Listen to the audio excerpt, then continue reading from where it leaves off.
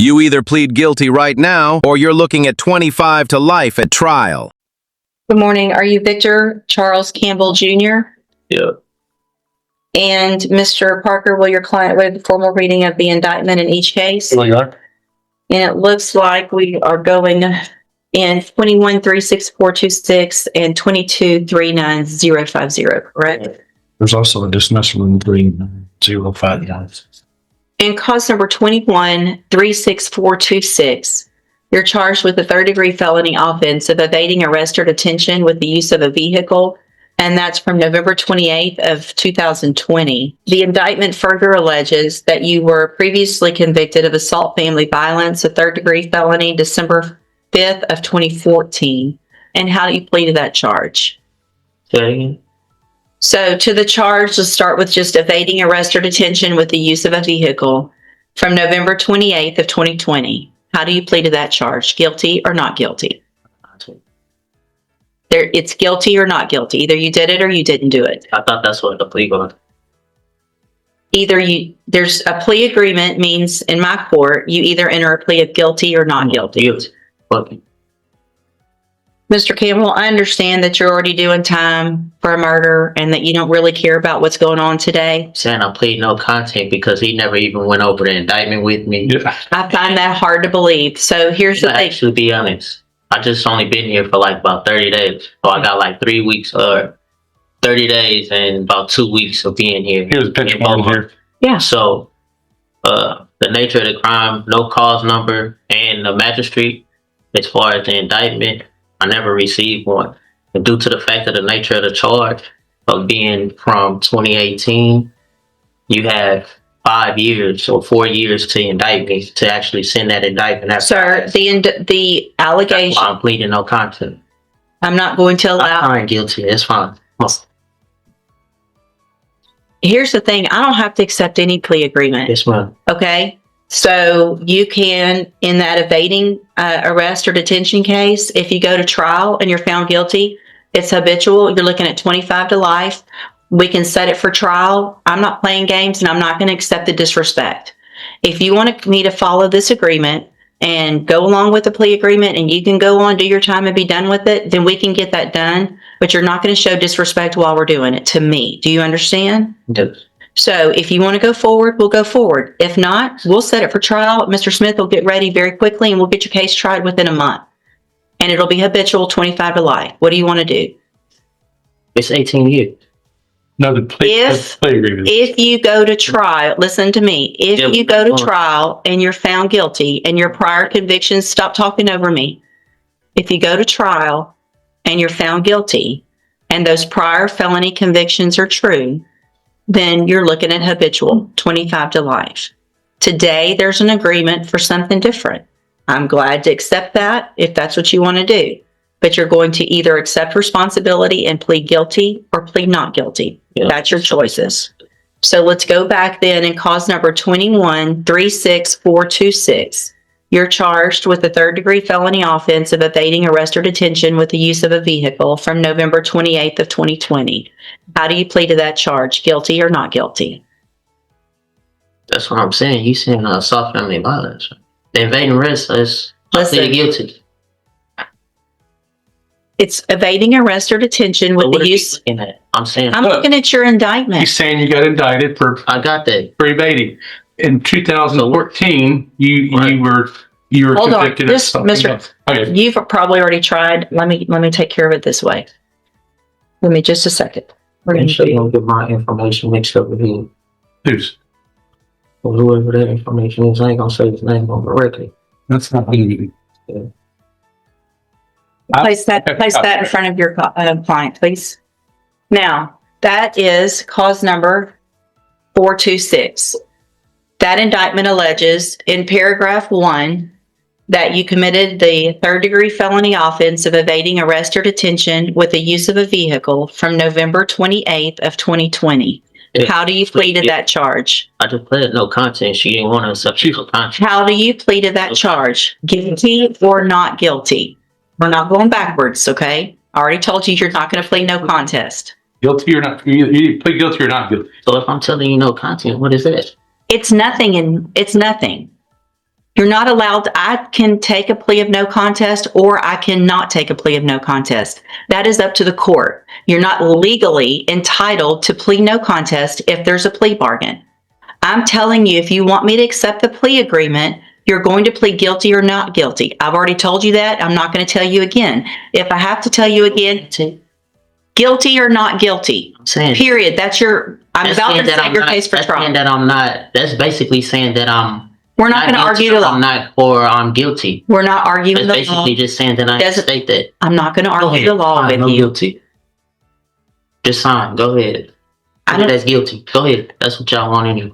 Listen, I'm cool, ma'am. Just go ahead. Well, you're not. You're really not being cool, and you're making me very frustrated. Ma'am, I respect your call. Just go ahead and give me Nothing here. Plead guilty. There you go. So you plead guilty to evading arrest or detention with the use of a vehicle. Okay. The next count, the next paragraph that you're looking at says that you were previously convicted of assault family violence December 5th of 2014.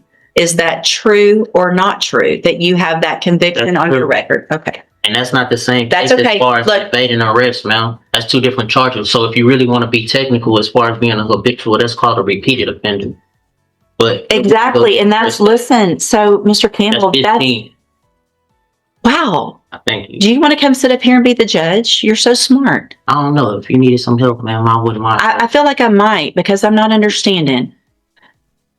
Mr. Campbell, you're getting a deal to go on count one only, which makes you a repeat. I get that you've been through this before and you understand what's going on, but you're making this more difficult.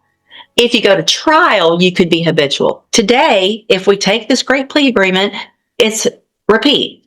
I understand that. I've been doing this for 30 years. Okay? So, did you enter your plea of guilty freely and voluntarily? Guilty. Did anybody force you to plead guilty today? No. Okay. So I have let's go to the next case then. In cause number, and here's that indictment. And in this case, we're just going on count one. Count one only. So in this case, we're going on count one only. So it's just the offense of tampering with physical evidence, a second-degree felony from November 28th of 2020. And how do you plead to that charge? Guilty or not guilty? Pleading no content, but guilty not. So are you pleading guilty to this charge? Yeah. Okay. And did anybody force you to plead guilty in cause number 22-39050? We just answered it, man. I know I have to ask you in each case. It's required by law. It's required by law that I ask you that in every case. Just pleaded guilty. Okay. And nobody forced you to do that, right? Speak up so the record can take it down. No, I think you did. You did, but let's go. So no. Okay. So I have in both of those cases here on the tablet some documents that have your signature on them that the state's marked as exhibit number 1. Before you signed those, did you go over them with Mr. Parker?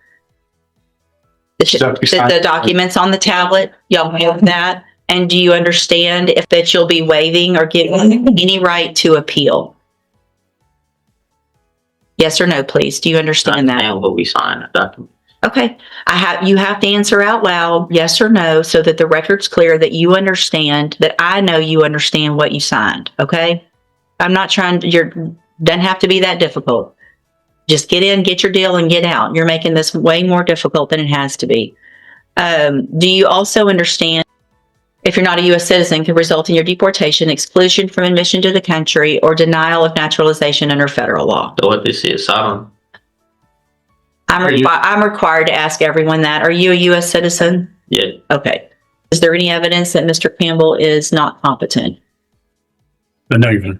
Okay, Mr. Campbell, I'm going to find in each of your cases that you... Mr. Campbell, pay attention to me for a second, please. Oh, fell, please.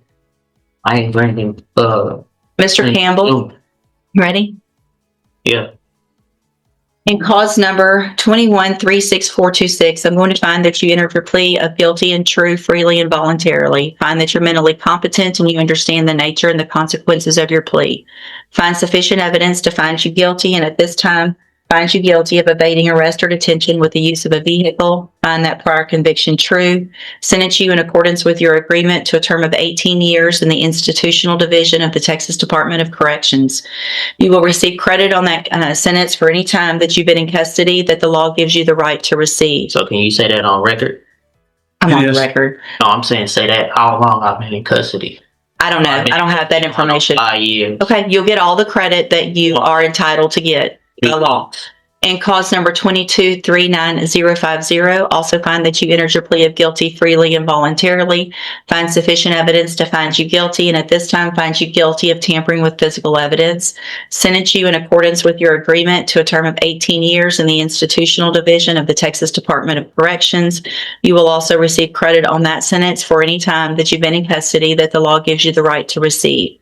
These two cases will run concurrently, which means together at the same time. And I'm handing you in both of your cases the trial court certifications that shows these were agreements that I followed, and so you've waived your right to appeal. I've also handed you a written admonishment regarding your ineligibility to possess a firearm or ammunition. Because of the judgments entered against you, you're ineligible under Texas law to possess a firearm or ammunition. Possession of a firearm or ammunition could lead to charges against you. Firearm is a legal term. You should read that written admonishment. If you have any questions about the laws that make you ineligible to possess a firearm or ammunition or about how long it lasts, you can talk with your attorney. You can go back with the bailiff. So do I get my papers for my time, sir? Go back with the bailiff. Is you gonna bring me my papers for my time, They sir? have it at the jail. Excuse me? They have it at the jail.